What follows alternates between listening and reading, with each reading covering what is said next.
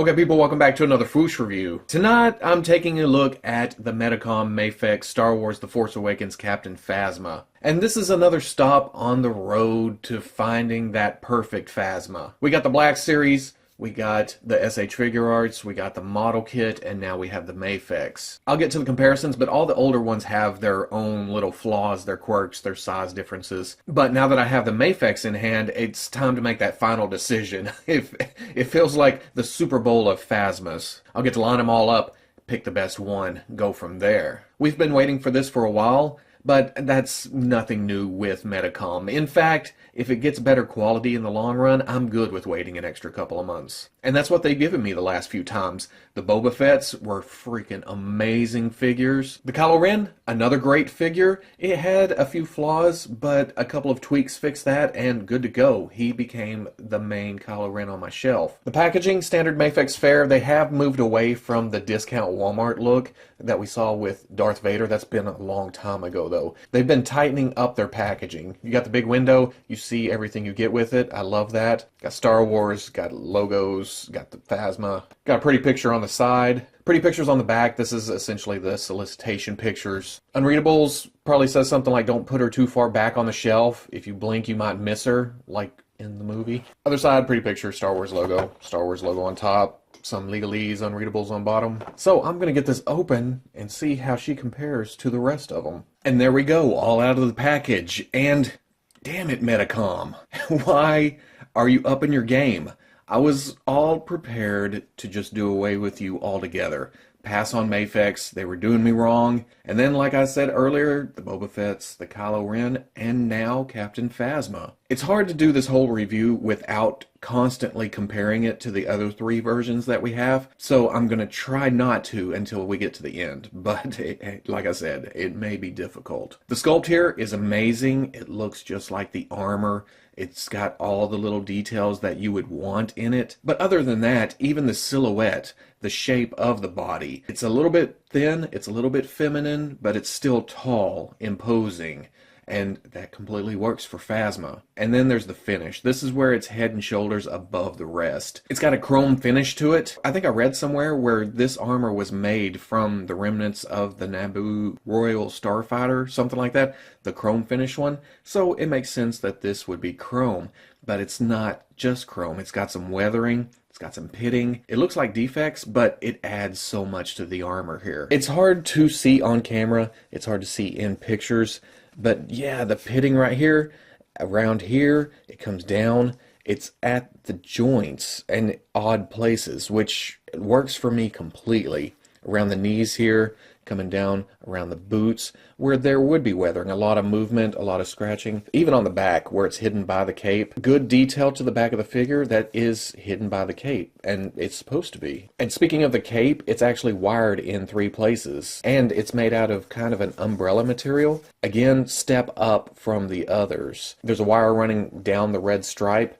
There's a wire running down the seam that's right here. And then there's a wire on this side also. So you can have it flying around, flying out. It adds a lot to the figure. But here's where I usually go through my gripes. And if I have any gripe with this figure, it's the shoulder pads. It seems like it's on a thin piece of material, and I accidentally pushed way too far up on it earlier. And it looks like there's a stress mark. So I'm afraid of that either coming off the torso or snapping that little plastic piece. But as you can see, it's attached to here. It doesn't really get in the way. In fact, it's pretty good about getting out of the way. I'm just afraid of going too far with it. And that's about it. That's all I've really been able to find so far. Going over articulation, there's a ball going up into the head and then going down into the torso. Forward, it's a helmet and the cape's kind of in the way, but you do get down, you get up, you get tilt side to side. Then you get swivel. Just a great range of movement there. The shoulder, you have a ball going into the torso, so you have some shift forwards, some shift back, a little bit up, a little bit of down, out, about to there, and then it swivels around. Again, shoulder pads in the way, so you don't want to get too far on it. Swivel at the bicep, you can turn it, but it also tilts a little bit. I'm not sure if it's supposed to be that way. It hasn't given me any trouble so far, but yeah. Double elbow, but because of the armor, it comes up to about right there. Kind of a swivel hinge swivel situation going on with the wrist. You can get hinge and you can also move that around to move the hinge to different spots, up and down, and then swivel. There's a ball joint in the mid-torso, side, side, not a lot of forward, pretty good back, but you have the same situation going on with the waist. So forward, side, side, back, and then swivel. Swivel here also. So it's not a lot of forward, but you do get a good range of movement in other directions. The hips are on a drop-down joint. You kick it down, and then it comes forward, goes back, out, and then it rotates at that same point. Got a double knee, comes up to about right there. You get a little rotation at the ankle. Back, not so great. Forward, not so great.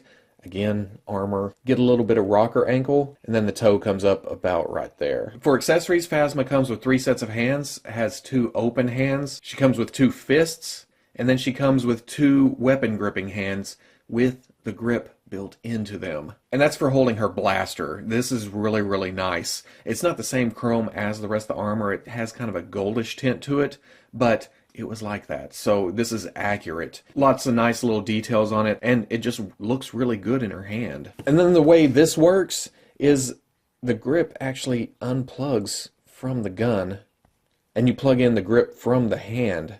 So there's no jamming into the chrome fingers, maybe scratching that. It's really good engineering. I mean, it works for me. Now, it does leave a little bit of gap right there. I'm not quite sure if it's the peg not fitting right or the hole was too small or what. But switching out her hands, not a big deal at all. It's a little bit of mushroom peg, but it just goes right on, and there you go. For comparison, here she is with the Black Series Phasma, and you can see almost the same height, but the bulk is different. The MAFEX is much more streamlined. And then here she is with the SH Figure Arts Phasma. Huge size difference here. When it comes to armored characters, the figure arts usually run a little bit small, and that's no different in Phasma's case. And then the one that was going to be hard to beat for me is the Bandai Model Kit Phasma. The model kit has the chrome finish, but you need to weather it to make it look screen accurate. Both are nicely articulated, both are nicely proportioned, about the same size all the way around. The Bandai model kit is a little bit more streamlined, but the MAFEX gets out in front because of the articulation, the added range of movement in the helmet, and the wired cape. Now, I did put a Ricor 409 custom cape on my model kit, and it works pretty good, but the MAFEX cape just looks better, and it ends up way more dynamic. So yeah, at the end of the day, MAFEX takes it again. It retires another model kit, which, if you know me, is a big deal. That's knocking down a model kit to the shelf of misfit toys. Yeah, that means it's a great action figure. It's like Medicom looked around, looked at all the other Phasmas, took all the best qualities of those figures and smashed it into their own figure. It just works out that way. The proportions, the sculpt, the size, the finish, the cape, the way the gun is handled, everything is superior here. As I was taking pictures, I kind of wished it was more commanding. I wish there was a pointing finger maybe, kind of giving orders. But other than that, with her role in the first movie, there isn't really anything else they could have added. This is your Phasma. Medicom continues their good QC trend that's been going for the past few releases. It's unbelievable. I grabbed more about the last Figure Arts release than I have about this MAFEX release. Cats and dogs, my friends. This is me continually digging for something to grab about, even though it's not really a huge deal. With the gun in her hand, it is a little bit stiff to get her into a two-handed pose, to get her into an aiming pose. But I think that comes down to the limitations of the armor itself in real life. That's just the way it works. It's a bulky, big armor. This figure takes it. I don't know what else to say. I recommend this to anybody that was on the fence about it. Go get it. It's damn amazing. Good job, Medicom. So if you like the review, comment, like, subscribe. I'll catch you on the Fwoosh.